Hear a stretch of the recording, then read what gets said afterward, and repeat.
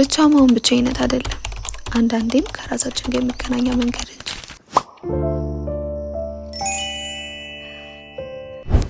አብዛኞቻችን የምንሳሳተው ጊዜያችንን ከሰዎች ጋር ማሳለፍ ደስተኛ እንደሚያደርግ እናስባለን፣ ግን that's not always true። አንዳንዴም ኮንስታንትሊ ከሰዎች ጋር መከበብ ራሳችንን እንድንረሳ ሊያደርገን ይችላል።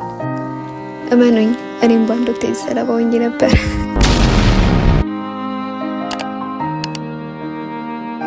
Loneliness is a feeling, not a situation. አንዳንዴም እኮ በሰዎች ተከበን ብቻይነት ሊሰማን ይችላል አይደል? Being alone gives us space to breathe, to think, to understand our emotion, and to reconnect with who we truly are.